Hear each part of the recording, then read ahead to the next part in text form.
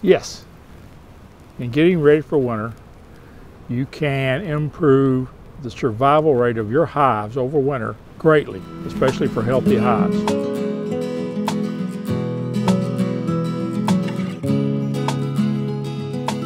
So the first thing I'm going to do, I'm going to inspect these hives. I'm going to make sure they are healthy hives. The next thing I'm going to do is take the 2 deeps and make them into one. I'm going to shake out the bees out of the top one, take any brood that's out of there, try to put it in the bottom one. I want to get it down to 1 deep on this one. If you're using medium frames, 2 medium frames is what you want. But you want to get them down into close space. The reason for that is bees, when it gets cold, they will ball up. They'll create a cluster, and the colder it gets, the more condensed that cluster will be. Bees in the center of the cluster that's going to go into a cell, they're going to vibrate their muscles, their flight muscles, to generate heat. And they can generate heat where their body temperature is upwards of 110 degrees. And it's thought that they can heat around 70 cells around them. So the heater bees come into the center, they vibrate, they generate heat. They're creating a microclimate within inside that cluster to keep that temperature up. If they've got brood, they're going to be gathered around brood to keep that warm.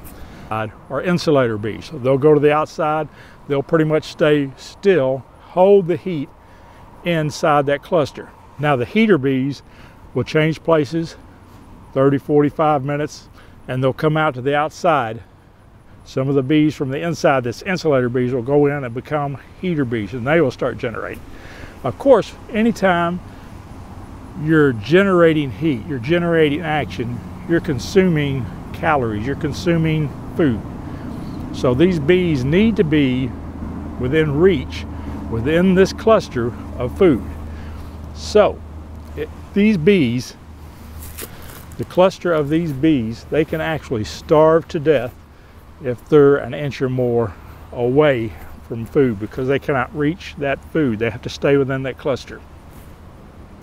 So the reason we're condensing these bees down to 1 deep is to concentrate those bees. Okay, so it's going to create a bigger cluster, more likely to be on food. The next thing we're going to do, we're going to put a candy layer on top, and that is going to be in a video next week. But they need to keep a cluster where they can reach food.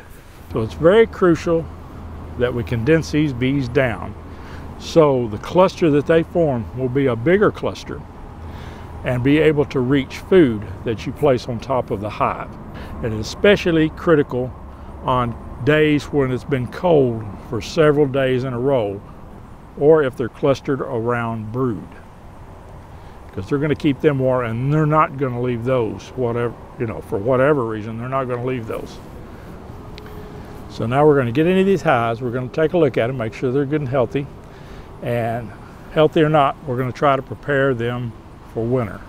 We've inspected them all through summer. We do not want to lose these bees over the winter for lack of our effort.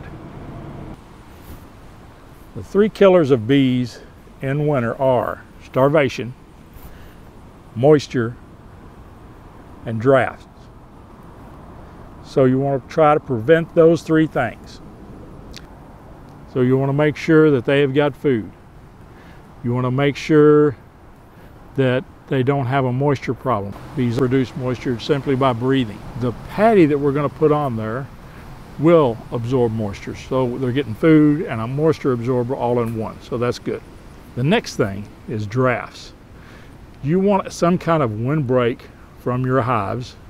If you have to pull up bales of straw, brush piles, whatever you've got, whatever you have to do to create a windbreak for your hives in the winter. If you have got a screen bottom board, you want to put your board in there, cover that up, help prevent drafts, or put something around the bottom of that hive to keep air from blowing up in there, because that air is going to take away heat from that cluster, and that can kill them. Food, you want to keep a dry climate as you can. You want to keep the drafts down. And remember, count your blessings every day, and I believe you will find you are blessed well beyond measure. I know that I am. Bye.